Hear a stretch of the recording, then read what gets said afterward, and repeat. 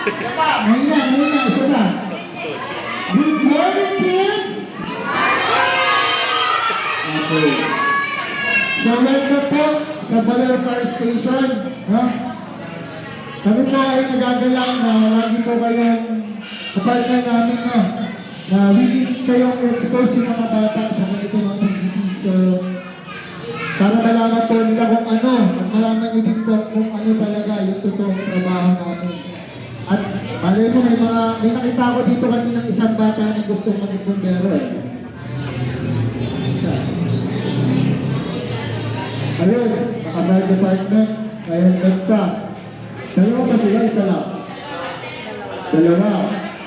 Okay, kasi ito, karamihan ng napit pa dito, pulis at military.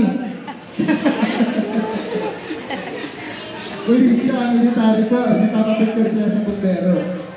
So ngayon po, i-expose po natin yung mga bata sa mga trabaho namin at kung ano-ano yung mga gamit namin. Ano po? Una po, pinaka-importante po sa amin, nakikita niyo po sa inyong likod, likuran ang aming fire truck. Mga bagong fire truck po natin, kamatay sunod.